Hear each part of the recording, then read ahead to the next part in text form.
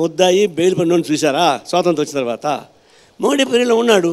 దాన్ని బట్టి ఏమంటారు మీరు? మోడీ నరహంతకుడు, నడి రోడ్డులో ఉరిదీయాలని చెప్పిన నారాయణ మీద ఎందుకు కేసు పెట్టలే? వాళ్ళని మమ్మల్ని గుర్తించలేదు. మమ్మల్ని గుర్తించలేదు. విమర్శిస్తే కేసులు పెడతా అంటారు కదా మోడీ. మరి మీరు ఇంతగానంగా విమర్శిస్తే మీ మీద కనీసం పెట్టి కేసు కూడా పెట్టలేదు. కాదు పొలిటికల్గా వాళ్ళు ఫిట్టెస్ట్ క్యాండిడేట్ విమర్శిస్తే జాగ్రత్త తీసుకుంటారు.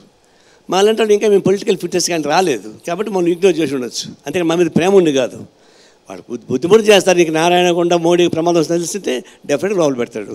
ఇప్పుడు నారాయణగొండ ఉత్త వాగుతాడు తప్ప ఇంకేం లేదు కాబట్టి అనుకుంటే చేయడు. నేను ఎగ్జాంపుల్ చెప్తాను కదా మీకు. ఇంకోటి నేను ఇందాక చూసాను, ఎంఐఎం చాలా క్లీన్ పార్టీ. దానిపైన ఒక సిబిఐ ఎంక్వైరీ కానీ ఇంకొక కేసులు కానీ ఇప్పుడు లేవు. అంటే ఏంటి, ఓల్డ్ సిటీ సపరేట్ కంట్రీ అది. దానికి అట్లా వదిలేశారు. పోలీస్ స్టేషన్లో పనిచేయవు, ఈడీ పనిచేయదు, సిబిఐ పనిచేయదు. మోడీ ఆశీస్సులు. మోడీకి ఎంఐఎంకు ఉన్నట్టు దోస్తాన చాలా జిగిరి దోస్తాన పెరుకోల సంబంధాలు. కాబట్టి ఈ భారతదేశంలో ఫ్రీ ఎంక్వైరీ జరిగితే అత్యంత అవినీతి క్రిమినల్ కేసు ఏమైనా ఉంటే మోడీ ఓల్డ్ సిటీలో ఉండాలి ఎంఐఎం పైన. ఎందుకు లేదు? Why is clear? భారతదేశంలో ఎక్కడ ఎన్నికలు జరిగినా ఎంఐఎం పోయి పోటీ చేసి బీజేపీని గెలిపించేందుకు ఉపయోగపడుతుంది లేస్తాను కాబట్టి వైద్యులకు పోరు. కాబట్టి ఇట్స్ ఏ పొలిటికలీ మోటివేటెడ్ కేసులు జరుగుతున్నప్పుడు పెద్ద ఆయన మీద కూడా కేసు పెట్టారు. మరి ఎన్నాళ్ళు అయితే కేసు పెట్టి ఎందుకు తేల్చలేకపోయారు? బేసులు తేల్చరా? అంటే ఇది పొలిటికలీ మోటివేటెడ్ కేసుని మేము పట్టించుకోవాల్సిన లేదు. అన్ని రాజకీయ పార్టీల నైతికతను ప్రశ్నించే కమ్యూనిస్టులకు తెలంగాణలో ఏం నైతికత ఉంది సార్? అధికారంలో ఉన్న రోజులు కేసీఆర్ పల్లకి మోసారు. ఆయన అధికారం మీకు సీట్లు ఇవ్వలేదని చెప్పేసి కాంగ్రెస్తో పొత్తు పెట్టుకున్నారు. ఏం నైతికత? కేసీఆర్ పల్లకి మోయలేదు. కేసీఆర్తో మాకు రాజకీయ సంబంధాలు లేవు. తెలంగాణ వచ్చిన కొత్తల్లో కూడా సహజంగా తెలంగాణ కోసం ఫైట్ చేసిన కమ్యూనిస్ట్ పార్టీ ఆల్ ఇండియా పార్టీకి ఉండి అప్పుడు కూడా కేసీఆర్ మాకు రాజకీయ సంబంధాలు లేవు.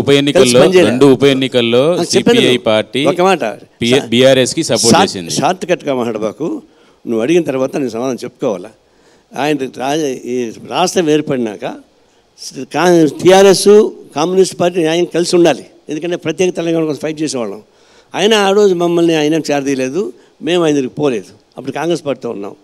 ఆ తర్వాత ఏ ఎన్నికలు వచ్చినా కూడా టీఆర్ఎస్తో పాటు మేము ఎన్నికల జత కట్టలేదు. లోకల్ బాడీస్లో కానీ, తర్వాత అసెంబ్లీ ఎలక్షన్స్ కానీ, పార్లమెంట్ ఎలక్షన్ కానీ. ఆ మధ్య వచ్చిన మునుగోడులో బై ఎలక్షన్ వచ్చింది. బై ఎలక్షన్స్ అది మోటివేషన్తో వచ్చింది. అది సహజంగా వచ్చిన ఖాళీ కాదు. బీజేపీ వాళ్ళు స్థానం పొందుకోవాలని చెప్పి రిజైన్ చేయించి మళ్ళీ ఆయన క్యాండిడేట్గా పెట్టి తద్వారా బీజేపీ ముందుకు వస్తుందని చెప్పేసి ఒక పొలిటికల్ మోటివేషన్ వచ్చింది. కాబట్టి మేము ఇప్పుడు బీజేపీకి ఛాన్స్ ఇవ్వడం ఉద్దేశంతో టీఆర్ఎస్ సపోర్ట్ చేసిన మాట వాస్తవం. హుజూర్నగర్లో కూడా ఇచ్చారు. ఒకవైపు ఆర్టీసీ కార్మికులు సమ్మె చేస్తారు, అది కూడా ఇట్లా అయిపోయింది కదా. ముందైతే ఇచ్చారు కదా, ముందు ఇచ్చారు. తర్వాత లోపాయి గారుగా మీరు ఓటేయమని చెప్పారు. మునుగోడులో సిపిఐ బలమైన పార్టీ. సిపిఐ ఉప ఎన్నికల్లో పోటీ చేయలేదు. మళ్ళీ అసెంబ్లీ ఎన్నికలకు వచ్చేసరికి కాంగ్రెస్తో పంచాయతీ పెట్టుకున్న నాకు మునుగోడు సీట్ ఇవ్వాల్సిందే అని. ఈ పంచాయతీ మీ ఇంటర్నల్ పార్టీలో కూడా పంచాయతీ దాకా వచ్చింది. ఒప్పందం కుదిరింది కదా. లోపల మేము ఏం చేసుకుంటాము, మొగుడు పిల్లలు ఏం చేసుకుంటారో అది నీకు అనవసరం కదా. లోపల మేమేమో మాట్లాడుకుంటాం. మీరు రోడ్డు కావాల్సింది ఏంటంటే మొగుడు పిల్లలు ఇంట్లో పంచాయతీ పెట్టుకుంటే సంబంధం లేదు. రోడ్ ఎక్కారు కదా, మేము ఇంట్లోనే పెట్టుకున్నాం. రోడ్ ఎక్కారు మీరు. అల్టిమేట్గా డిస్కషన్ ఉన్నప్పుడు ఒప్పందం కుదిరింది. ఇప్పుడు ఒక సొంత పార్టీలోనే తంటాలు పడి వాళ్ళు గొడవపడి వేసుకుంటుంటే వరంగల్ క్యాండిడేట్ ఎప్పుడు డిసైడ్ అయ్యింది, కరీంనగర్ క్యాండిడేట్ ఎప్పుడు డిసైడ్ అయ్యింది, ఖమ్మం క్యాండిడేట్ ఎప్పుడు డిసైడ్ అయ్యింది? ఒకే పార్టీ కదా. ఇప్పుడు ఒకే పార్టీలో చాలా ఉంటాయి. అల్టిమేట్గా ఒక ఒప్పందం కుదిరిన తర్వాత మేము ఒప్పందం కట్టుబడి ఉన్నాం. మేము ఎక్కడ తృణీకరించలేదు. అంతకుముందు ఛాన్స్ జరిగింది. ప్రసవ వ్యాధులు చాలా ఉంటాయండి, నీకు తెలియదు. ప్రసవ వ్యాధులు చాలా ఉంటాయి. అవన్నీ అయిపోయి సుఖప్రసవం అయిపోయిన తర్వాత ఇంక దాని ఎందుకు గుర్తుంటుంది? కాబట్టి ఇవంతా కలిసే పని చేస్తున్నాం, ఏ ప్రాబ్లం లేదు. మా వల్లే కాంగ్రెస్ తెలంగాణలో అధికారంలోకి వచ్చింది అని చెప్పారు.